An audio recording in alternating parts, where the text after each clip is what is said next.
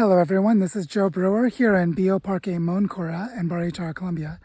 Today what I want to show you is how a specific technique I've been using to pull out the invasive grass has actually helped create ecological succession, and that I did an accidental experiment, which is that there was a spatial pattern of how I distributed the soil sediments that were caught up within the root structure of the grass. So I'd pull a clump of grass out with a pickaxe to pry it up, and then I would walk around crumpling out the soil from the roots, walking around.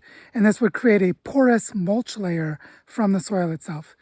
Now what's interesting is, without intending to, I accidentally did an experiment that revealed something interesting.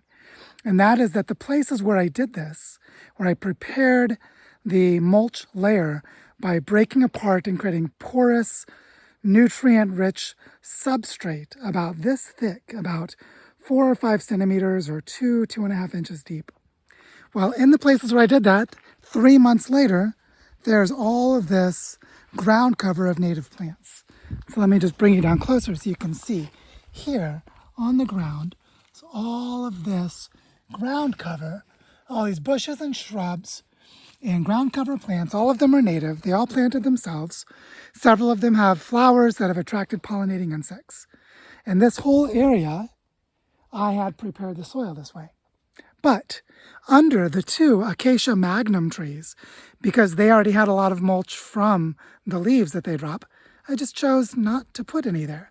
And so under the trees, 3 months later, there's still nothing. It's empty. The only thing that's growing back there is the invasive grass that I'm pulling like a weed. And if you look over here, you can see this is the boundary where the native plants are. And then there, under that other acacia magnum tree, nothing.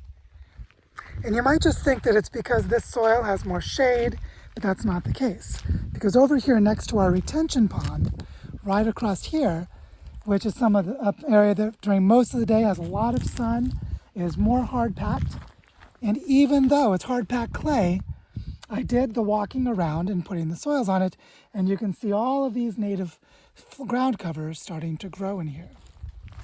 And so the lesson that I'm drawing from this is that everywhere that I built a porous mulch layer of nutrient-rich substrate, which was the soil and dirt that was caught in the roots of the grass.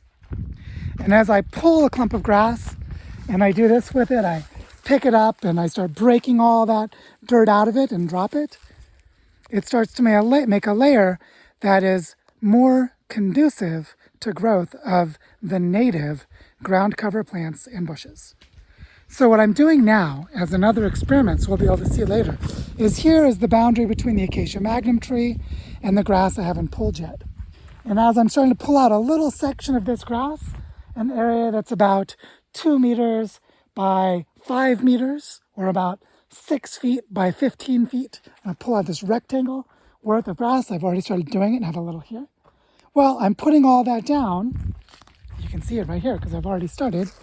This is some of the soil substrate from that grass, and you can see it's already a layer that's about 2 knuckles deep, or it's about this deep already.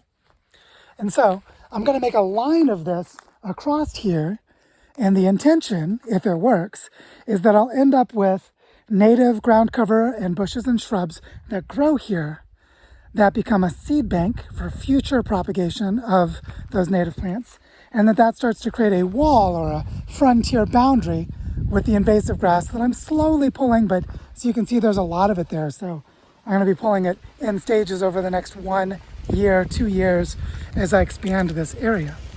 What I wanted to show you today is that by preparing the soil in this way, by breaking apart the roots of the invasive grass and pulling out all this material, this nice soil material that was actually made in the root structure of the invasive grass, I'm making this substrate that I now have evidence from 1 round of accidental experimentation that everywhere where I laid this substrate down, native bushes and shrubs grew within a couple of months. And every place in this whole section that I didn't lay it down, it's still hard packed, it's still more dry, and the only thing growing back is this really intense, really competitive invasive grass. So I wanted to show you this to see how having a very intentional method of preparing the soil, in this case by breaking it apart from the roots of the invasive grass, I am helping ecological succession to occur in the span of a couple of months. And by doing it in some check mark places, like a checkerboard, some places I did it and some places I didn't. And because I remember and I'm paying attention, I see the pattern. And now I'm going to experiment like a good scientist. My hypothesis is that in the places where I put this substrate of broken soils from the grass will grow more rapidly the ground covers and shrubs and the biodiversity of native plants. And if that hypothesis is correct, then this area where I'm not putting it down will not grow as quickly, and this area where I am putting it down will grow more quickly. So let's see how it works. We'll check back here in a couple of months. I'll keep making videos regularly and I'll show you what's happened here. And we'll see if this is indeed what has happened.